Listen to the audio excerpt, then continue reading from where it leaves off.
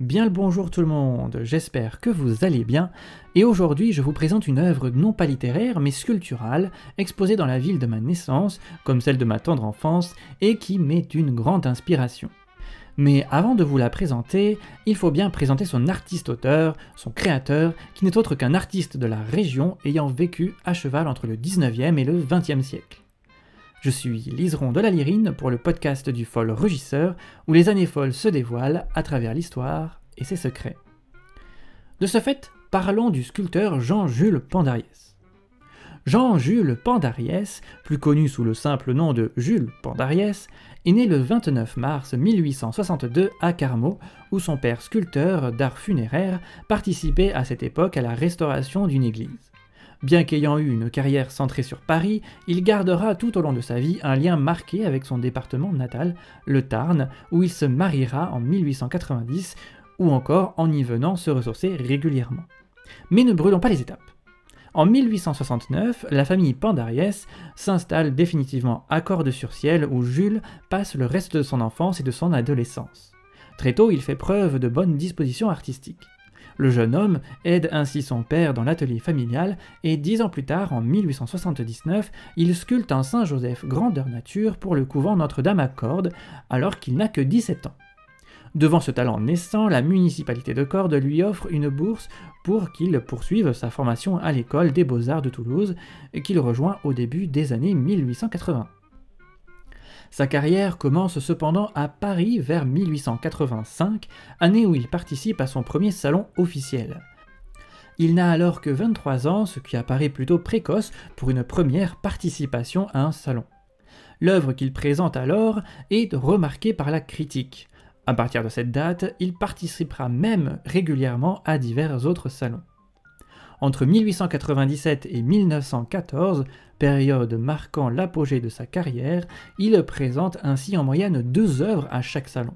Sa production montre de nombreuses influences allant de Jean-Baptiste Carpeaux à Auguste Rodin, en passant par son maître Alexandre Falguière. Les œuvres qu'il présente donc dans un salon sont régulièrement remarquées, ce qui lui permettra d'obtenir des commandes de la part de l'État, mais aussi de collectionneurs comme Paul Petit. Ainsi, l'État lui achète Cher Souvenir, suite à la présentation de cette œuvre au salon de 1897, ou encore le plâtre de la Muse Consolatrice au salon de 1903, dont nous allons reparler plus en détail un peu plus tard. Le collectionneur mécène Paul Petit lui commandera même une version en bronze de l'entrave dès la conception de cette œuvre exécutée pour le salon de 1909. Parallèlement à sa carrière officielle, Pandariès exécute ceci dit de nombreux portraits de commande, dont certains sont même présentés au cours des salons. Ses talents de portraitiste sont reconnus et il réalisera plus de 500 bustes et médaillons durant sa carrière. L'un de ses premiers bustes, reconnu par ses pairs même, est celui du général commandant Laplace qu'il réalisait durant son service militaire vers 1882. Sa notoriété lui permettra aussi de recevoir des commandes pour des monuments publics. Il réalise par exemple plusieurs monuments commémorant les morts des conflits de 1870 et de la guerre 14-18, comme ceux de Salomine dans le Pas-de-Calais ou de Podensac en Gironde. La dernière partie de sa carrière sera marquée par la restauration d'œuvres anciennes. Par exemple, la direction des Beaux-Arts lui confiera la restauration de différents groupes de la cascade du parc Saint-Cloud, à laquelle il travaillera du début des années 1920 à sa mort le 5 août 1933 à Paris. Néanmoins, suivant sa volonté, il repose désormais près de ses parents à Cordes.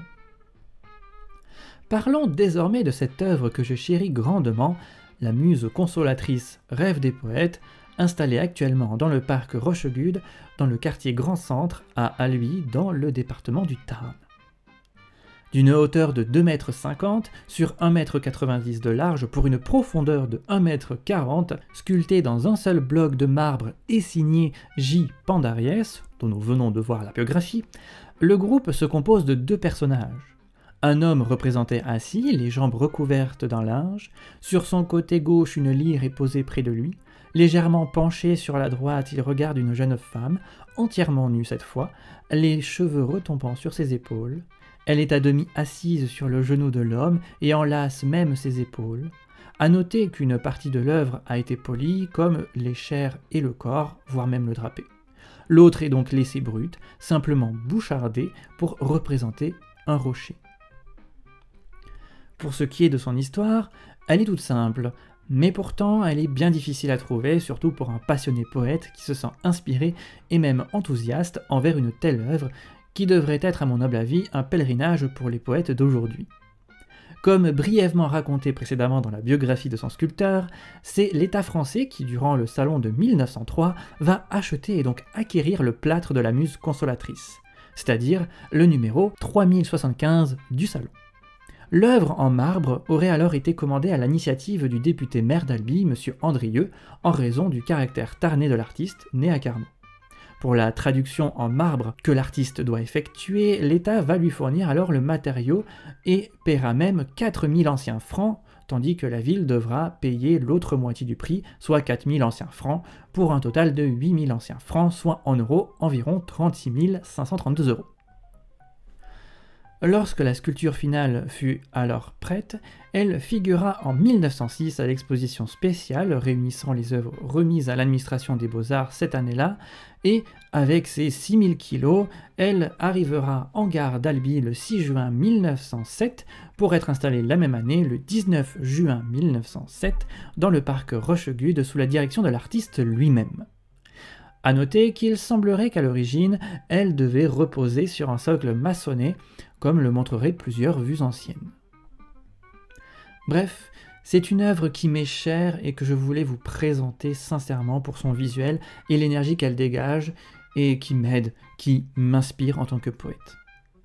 Ô muse de Rochegude, aide ma plume encore prude et instille en moi l'enthousiasme des clameurs divines du fantasme. Voilà, cet épisode est déjà terminé. J'espère qu'il vous aura plu et vous en aura appris plus. N'hésitez pas à aimer, commenter, partager et à vous abonner si ce n'est pas déjà fait. Et sur ce, je vous dis à bientôt pour de nouvelles infos.